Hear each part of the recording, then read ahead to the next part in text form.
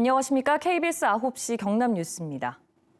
경남을 중심으로 한 K방산 수출이 연일 호조세를 보이면서 정부의 규제 개선도 함께 이루어지고 있습니다. 수출용 방산 물품에 대한 운행 제한 기준을 완화하면서 수출 기업의 비용 절감은 물론 선적 일정 맞추기에도 도움이 되고 있습니다. 첫 소식 김민지 기자입니다. 바퀴만 20개가 넘는 대형 트레일러 위로 무게 50톤에 육박하는 K9 자주포가 조심스레 옮겨집니다. 폴란드로 수출할 K9 자주포 210여 몬 중 일부입니다. K9 자주포를 실은 트레일러는 직원들의 환송을 받으며 공장을 나서고 호송 차량의 호위를 받으며 창원 국가산단 왕복 6차로 도로 위를 달립니다. 경찰과 자치단체 등 관계기관도 운송 과정을 지켜봤습니다. 당장 주변에 사람들이 있고 조치를 할 수 있는 협조도 되고 관에도 바로 연락해도 바로 연락이 되는 그런 상황이 되기 때문에 마산항 4부두로 옮기는 데 걸린 시간은 10분도 채 되지 않았습니다. 이렇게 배에 실린 K9 자주포 18대는 마산항을 떠나 폴란드로 향합니다. 그동안 총 중량 48톤이 넘는 트레일러는 주간 운행 허가를 받을 수 없었습니다. 도로 구조 안전에 문제가 없다는 전문가 의견이 필수였고 허가 기간도 석 달에 불과했습니다. 이 때문에 방산 수출 기업들은 야간에만 수출 물량을 부두로 운반할 수 있었습니다. 하지만 지난달부터 정부 규제 완화로 방산물자 운행이 주간도 가능해졌습니다. 최근 K방산 사업의 인기로 수출 물량이 증가하였기 때문에 적기에 선박해야 할 필요성 때문에 신속하게 완화를 추진하게 되었습니다. 비용 절감은 물론 선적 일정을 맞추기도 쉬워졌습니다. 다른 문제점이 없다고 판단이 되면은 다른 유관기관과 협업을 통해서 지속적으로 추진해 나갈. 경상남도는 이번 규제 완화가 지역 경제 발전과 방위 산업 위상을 한층 높여줄 것으로 기대하고 있습니다. KBS 뉴스 김민지입니다. 우주항공청 특별법 제정이 답보 상태에 빠졌습니다. 중지를 모으지 못한 국회 과방위를 대신해 재차 논의한 안건조정위원회조차 오늘 성과 없이 활동을 마쳤는데요. 여야는 법안 처리 지연에 대한 책임 떠넘기기에 급급했고 우주항공청 유치에 나서고 있는 경남도민들은 국회를 찾아 반발했습니다. 천현수 기자입니다. 사천 시민을 중심으로 한 경남도민 350여 명이 더불어민주당 당사를 찾았습니다. 우주항공청 특별법이 빨리 제정되도록 민주당의 협조를 촉구하는 것입니다. 경남도민들은 이어 국회에서 열린 토론회에도 참석했습니다. 국회 과방위는 지난 7월 우주항공청 특별법의 조속한 처리를 위해 안건조정위원회를 가동했습니다. 90일 동안 조정해서 여야가 대부분 쟁점에 합의했지만 우주항공청에 연구개발 기능을 둘 것인지에서 합의에 실패했고 파행의 책임을 서로에게 돌렸습니다. 국민의힘 경남 국회의원들은 소속 단체장과 지방의원 공동 명의로 민주당의 책임을 물었습니다. 항공우주연구원 등 대전 지역 이익을 보장하기 위해 사천 우주항공청 신설을 가로막았다는 주장입니다. 민주당은 지역 이기주의, 기관 이기주의에 국가 대계를 희생시킨 역사적 책임을 어떻게 감당하려고 합니까? 과방위 야당 간사로 대전이 지역구인 민주당 조승래 의원은 국민의힘을 비판했습니다. 국민의힘이 특정 지역과 정파의 이익을 위해 국가 우주정책의 바른 길을 외면하고 있다는 것입니다. 연구 현장 의견을 제대로 수렴하고 상식과 순리를 따르는 바른 길을 외면한 사람들이 누구입니까? 국회의 공방으로 올해한 우주항공청 개청은 불가능해졌습니다. 경남은 미국 나사와 프랑스 우주센터를 방문하며 우주항공산업에 협력하기로 했지만 제동이 걸리게 됐습니다. 우주항공청 특별법은 석 달 전 상황으로 돌아가 다시 과방위 상임위원회에서 다루게 돼 애꿎은 시간만 허비한 결과가 됐습니다. KBS 뉴스 천현수입니다. 경상남도가 해마다 수십억 원에 이르는 재정지원금 산정 방식을 두고 마창대교 민간사업자와 또 국제소송을 벌이게 됐습니다. 경상남도는 강력 대응할 방침을 밝혔지만 협약상 기밀 보호의 원칙에 따라 주요 내용이 공개되지 않아 이런 일이 반복될 여지가 있습니다. 송현준 기자의 보도입니다. 마창대교 대주주인 맥쿼리 한국 투융자 회사가 경상남도를 상대로 국제상업회의소에 중재를 요청했습니다. 연간 수십억 원에 이르는 재정지원금 산정이 원인입니다. 경상남도는 2017년 43억 원, 지난해 48억 원 등 매년 수십억 원을 마창대교 운영사에 지급합니다. 오는 2038년까지입니다.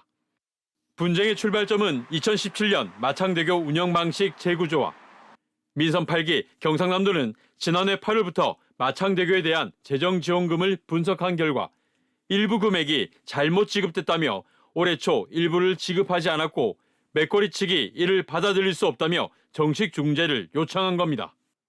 양측의 입장 차이는 요금에 부과되는 부가가치세 계산 22억 원, 통행료 산정에 소비자 물가지수를 잘못 계산한 금액 10억 원, 미납 통행료 처리 약 2억 원 등 모두 34억 원 가량입니다. 경상남도는 강력 대응 입장을 밝혔습니다. 이 협약을 체결할 때 크게 이게 쟁점됐던 부분은 아닙니다. 실제 저희들이 운영을 해보니까 해석하고 실제 이제 그 집행되는 그 부분하고 좀 차이가 있는 게 이제 발견이 됐고. 문제는 다른 민자 사업처럼 마창대교 협약서도 금액에 관련한 중요 사항은 모두 비공개 처리되고 있다는 점입니다. 지방의회를 비롯해 제대로 된 견제를 받지 않기 때문에 유사한 사례가 더 나올지 아무도 장담할 수 없습니다. 도민들이 이 계약 관계가 어떻게 되는지를 알아야 결국 도민이 낸 세금으로 이걸 보전해주게 되는데 깜깜이로 진행되는 것 자체가 굉장히 문제이다. 앞서 2015년 재정지원금 131억 원을 놓고 마창대교 측과 분쟁을 벌였다가 패소한 경상남도. 이번 중재의 결과는 내년 하반기 나올 것으로 전망됩니다. KBS 뉴스 송현준입니다. 단감 수확철을 맞아 농민들은 한창 일손 구하기에 분주해야 하지만 올해는 사정이 조금 다릅니다. 단감밭을 덮친 탄저병 탓에 수확할 단감이 없기 때문인데요. 단감 주산지인 창원시는 축제마저 취소했습니다. 배수영 기자입니다. 수확철을 맞은 4만 3천 제곱미터 단감 과수원. 가까이 다가가 보니 대부분 열매에 시커먼 상처가 있습니다. 검은 반점으로 시작해 과일 전체가 썩는 곰팡이병인 탄저병 피해입니다. 긴 장마와 태풍 등 지속적인 강우 탓에 올해만 10여 차례 방제도 소용이 없었습니다. 예상 수확량은 평소 4분의 1 수준, 영농비 절반도 건지기 힘든 실정입니다.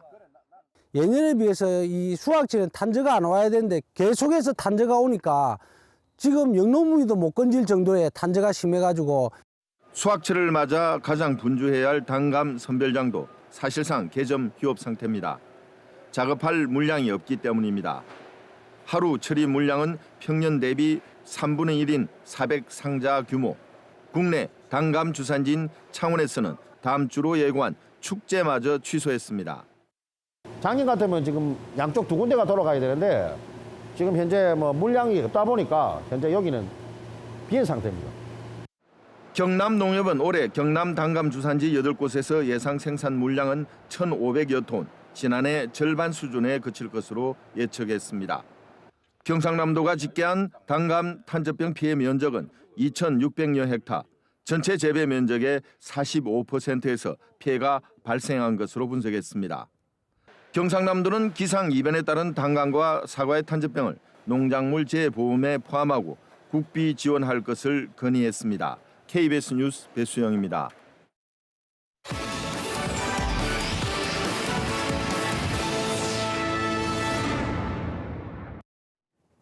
경상남도가 소 럼피스킨병 확산 방지를 위해 가축시장을 임시 폐쇄하는 등 긴급 방역 조치를 추진합니다. 경상남도는 소 럼피스킨병에 대한 위기경보 심각 단계가 해제될 때까지 경남 14곳의 가축시장을 잠정 폐쇄하고 매개가 되는 모기 등 흡혈곤충의 서식지에 대한 방역을 강화한다고 밝혔습니다. 소 럼피스킨병은 지난 20일 충남 지역 농가에서 국내에 처음 발병해 경기와 충북 지역으로 확산되고 있습니다. 마산면 특별관리해역 민관산악협의회와 창원시가 오늘 창원 컨벤션센터에서 창원시 하천 오염원 실태조사 결과를 공개했습니다.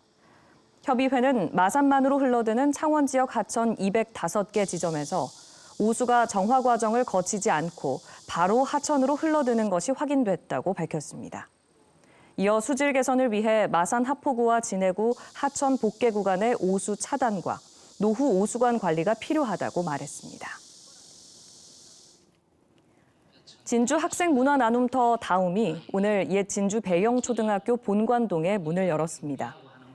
국가등록문화재인 옛 배영초 본관에 56억 원을 들여 조성한 진주 학생문화나눔터 다움은 동아리실과 창작실, 역사관 등 학생과 지역민을 위한 문화예술과 공연 맞춤형 공간으로 구성됐습니다.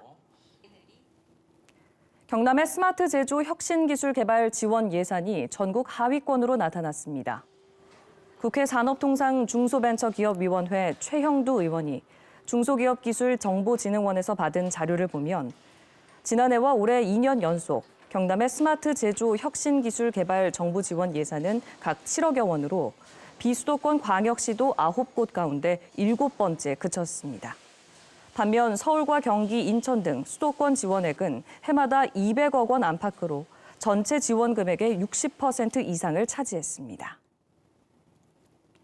B&K 경남은행이 부동산 프로젝트 파이낸싱 대출 업무를 담당하던 직원의 횡령 사건 이후 금융사고 재발 방지를 위해 금융윤리인증 시스템 구축을 추진하고 있습니다. B&K 경남은행은 다음 달 3일 금융윤리인증위원회와 업무 협약을 맺고 금융윤리인증 시스템 구축과 금융윤리자격 인증제도 도입 등에 나설 계획입니다. 경상남도 특별사법경찰이 경남의 무등록 야영장 9곳을 적발했습니다. 경남도 특사경은 지난 여름 특별기획단속 결과 해당 무등록 야영장 9곳에서 하수처리시설 미설치와 방류수 수질 기준 초과, 농업진흥구역이나 수산자원 보호구역 위반 등 위반 행위 35건을 적발했습니다. 무등록 야영장 가운데 4곳은 관할 자치단체에 고발돼 형사처벌을 받았습니다. 무기징역으로 복역 중인 진주 연쇄살인범 50대 A씨가 23년 전 다른 성폭력 범죄를 저지른 것이 뒤늦게 밝혀져 징역 10년을 추가로 선고받았습니다. 대검찰청은 지난 6월 DNA 데이터베이스 활용 수사를 통해 A씨를 추가 기소했고 최근 법원이 A씨에게 징역 10년을 선고했습니다. 지금까지 경남 소식 전해드렸습니다.